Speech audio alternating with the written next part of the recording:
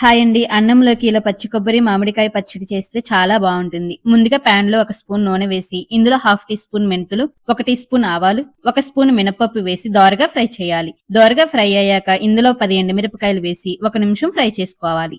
ఇందులో పచ్చి కొబ్బరి చిన్న చిన్న ముక్కలుగా కట్ చేసి ఒక కప్పు వేసుకోవాలి. అలాగే పావు టీ స్పూన్ పసుపు, ఒక రెమ్మ కరివేపాకు, 3 వెల్లుల్లి రెబ్బలు వేసి 2 నిమిషాలు ఫ్రై చేయాలి. ఇవి చల్లారిన తర్వాత ఒక మిక్సీ జార్‌లో వేసుకోవాలి.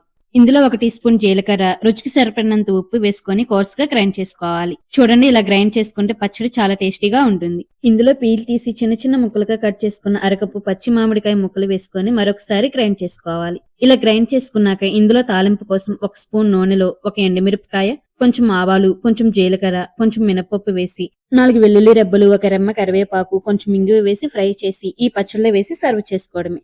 వేడి వేడి అన్నం ఈ పచ్చడి వేసుకొని నెయ్యి వేసుకొని తింటే చాలా బావుంటుంది. మీరు కూడా తప్పకుండా ట్రై చేయండి.